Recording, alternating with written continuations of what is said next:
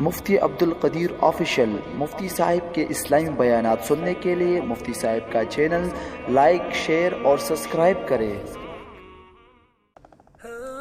بدعت هغه شیانو ته ویلی شي چې د هغې اصل د شریعت نه ثابت نه وي، د هغې اصل د قرآن او حدیث کې نه ملاویږي، او نبی علیه السلام، صحابه کرام، تابعین او تبع تابعین په زمانه کې د هغه شیز وجود نه وي، او ته دغه د دین کار وګړې یا د دین په وجه پرېږدې، نو دې ته څه ویلی شي؟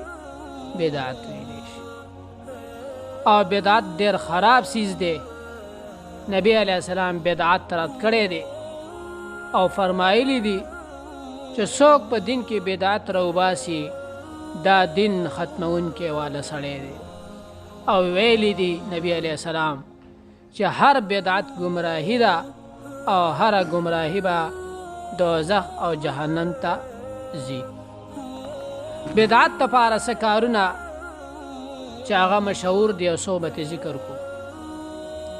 په زرګاو بدعتونه دي، خو موږ به یو څو ذکر کو چې دا د بدعت کار د خلک د ثواب په نیت معنی کوي، حالانکه ثواب پکې نشته، ګناه ده. پاخه قبرونه جوړول د ثواب په نیت دا بدعت دی.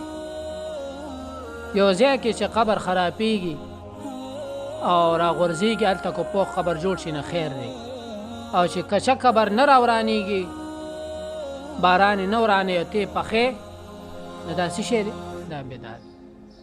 قبر باندې ګنبد جوړول بدعت.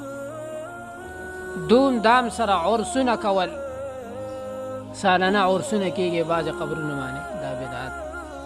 قبرونو باندې داسې چراغان راځوړندول یا شمې بلول یا ګرباتۍ په بلول یا بله خوشبوی، دا څه شی دی؟ بدعت. قبرونو باندې څادرونه اچول، غلافونه اچول، د ګلونو هارونه اچول، دا څه شی دی؟ بدعت. ځکه بدعت چې د دې خلکو نظریه دی چې دې سره مړی خوشحالېږي او ده ته پکې فایده رسېږي، حالانکه په قبر څادر او ګل سره مړي ته ثواب رسېږي؟ نه رسېږي.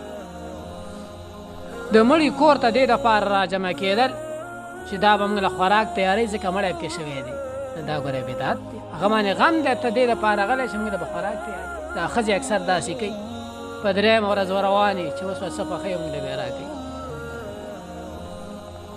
واده کې صحرا چې کوم دی اچول د ثواب په نیت، داسې شی دی؟ بدعت. داسې نوي نوي نور کارونه دي.